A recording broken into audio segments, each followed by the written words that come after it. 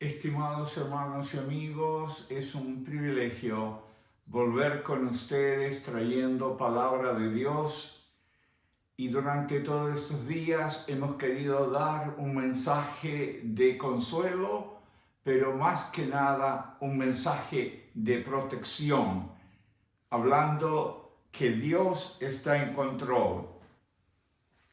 El día de ayer veíamos que David exclamaba: ¿hasta cuándo, Dios mío?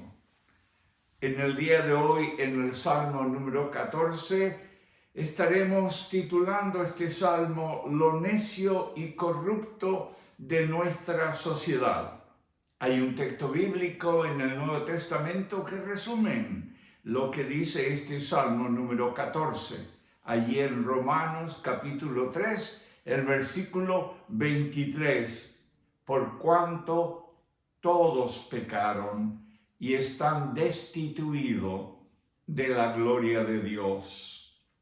Este salmo, en su versículo número 1, está hablando acerca de lo necio del corazón y dice así: dice el necio en su corazón, no hay Dios. Se han corrompido, hacen obras abominables, no hay quien haga el bien. El no creyente es necio o malvado. Y el no creyente, el ateo, pretende ser en algunas ocasiones ignorante, agnóstico, no quieren saber. El necio, porque cierra todos sus ojos a las evidencias y dice: Dios no existe.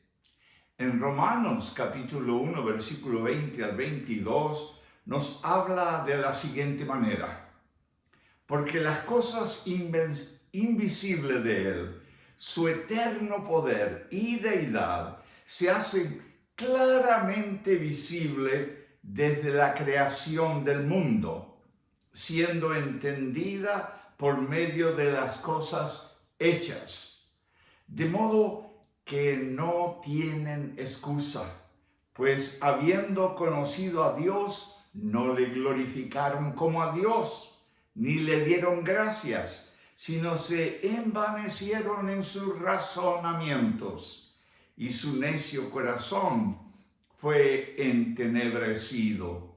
Profesando ser sabios, se hicieron necios. Nuevamente volviendo a este versículo, dice: el necio en su corazón.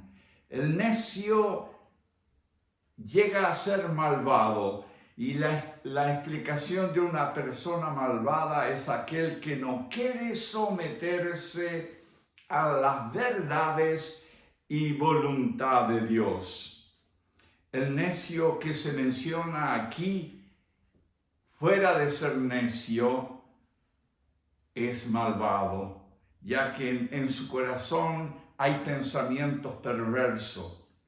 Según la Biblia, se necesita ser muy necio para desafiar a Dios. Y este necio dice que no hay Dios. Dice el necio en su corazón, no hay Dios. Está desafiando al Dios grande y poderoso.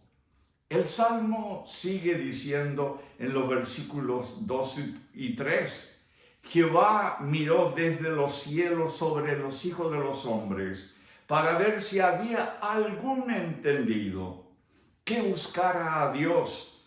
Todos se desviaron y a una se han corrompido. No hay quien haga lo bueno, no hay ni siquiera uno. Todos somos culpables ante Dios y necesitamos su perdón. Y no hay una completa perfección o verdadera perfección en el ser humano si se compara con los niveles altísimos de perfección de nuestro Dios. Pero Dios anhela que caminemos en el camino de la perfección, ya que Él es perfecto. Y Mateo 5:48 dice la Sagrada Escritura: sed pues vosotros perfectos, como vuestro Padre que está en los cielos es perfecto. El que le obedezcamos y que amemos a Él de todo corazón es el inicio hacia el camino de la perfección. Cristo es el ejemplo de perfección. Él fue el perfecto que bajó, pero todos siendo imperfectos e incapaces, con Cristo en nuestros corazones comenzamos el camino de la perfección. Entonces, sed perfecto como vuestro Padre Dios es perfecto, tiene su inicio en todos los seres humanos al dejar entrar a Cristo en su corazón. El Salmo en el versículo 4 sigue diciendo: no tienen discernimiento todos los que cometen maldad, que devoran a mi pueblo como si comieran pan y no invocan a Jehová. Tanto los creyentes como los no creyentes tienen suficiente conocimiento para saber de la existencia de Dios. Y ya leímos aquel versículo en que dice: de modo que nadie tiene excusa. A través de la creación y de diferentes maneras, Dios se manifiesta. Lo dice Romanos capítulo 1, 20 y 22. Aunque la gente es consciente de la existencia de un ser superior, muchas veces cometen atrocidades con sus vidas. David declara que sus enemigos han ido más allá de una mente normal. Tienen una mente malvada y declara David: devoran a mi pueblo como si comiesen pan. Todos se desviaron y aún se han corrompido. No hay quien haga lo bueno, no hay ni siquiera uno.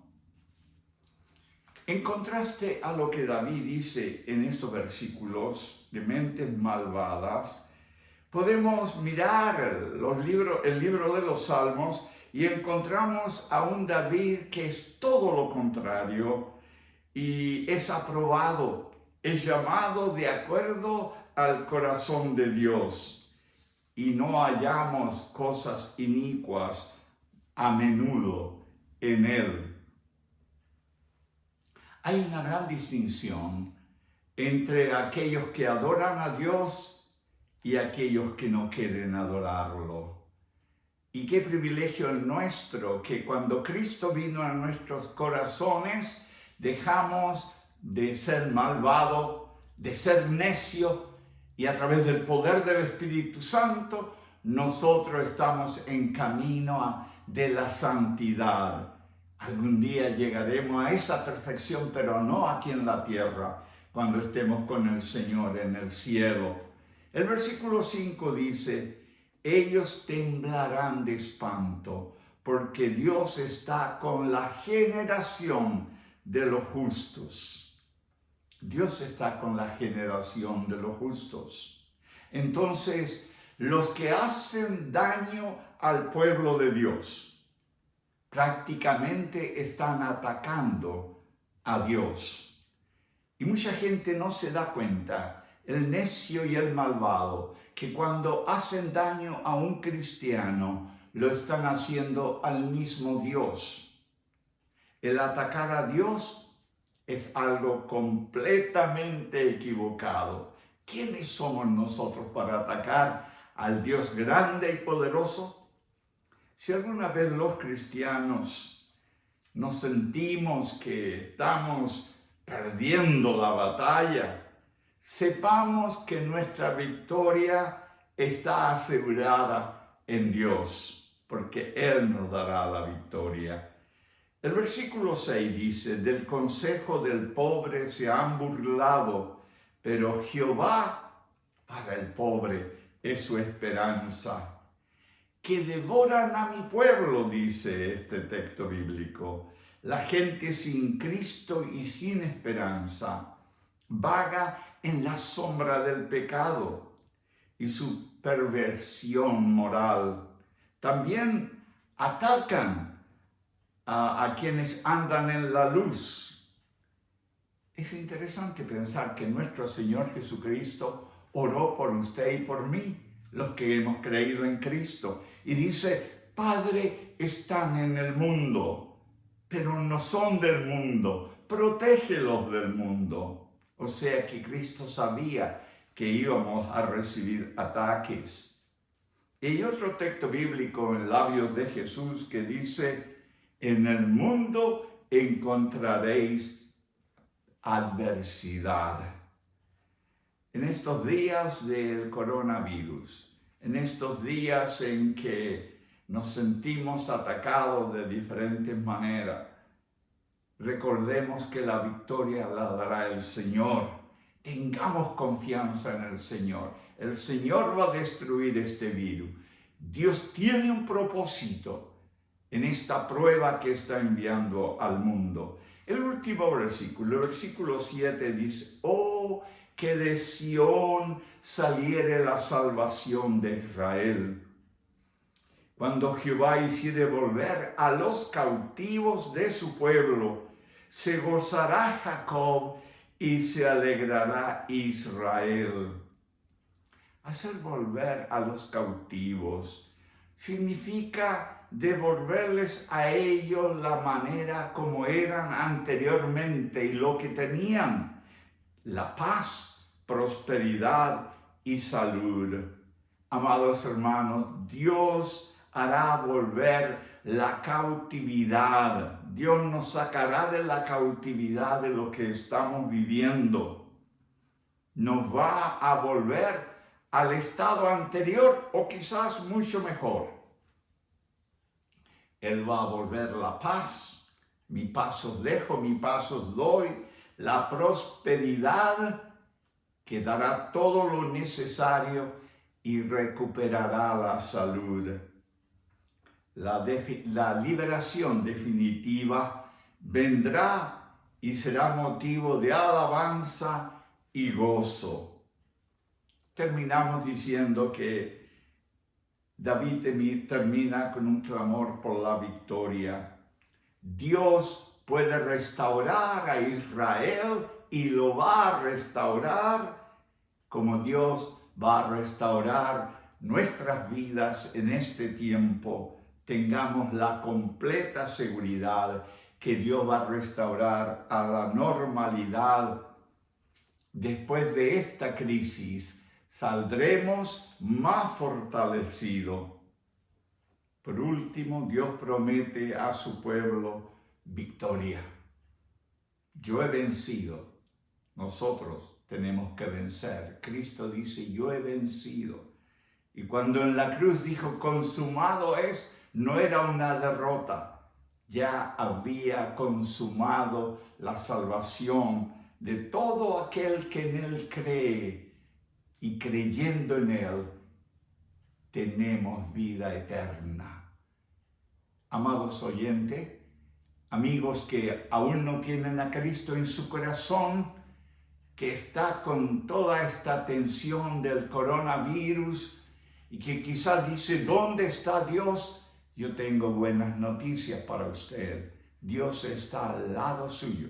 Dios le ama, porque de tal manera le amó Dios a usted que envió a su Hijo a este mundo para que usted crea en Él y teniendo a Cristo, usted tiene la seguridad de la vida eterna. Que Dios bendiga a nuestros oyentes y a nuestros hermanos en Cristo. Vamos a orar. Padre, bendice tu palabra y permítenos, Señor, de no ser necios, sino ser sabios al seguirte a ti, al creer en ti, al confiar en ti en estos tiempos tan difíciles. En Cristo Jesús oramos. Amén y amén.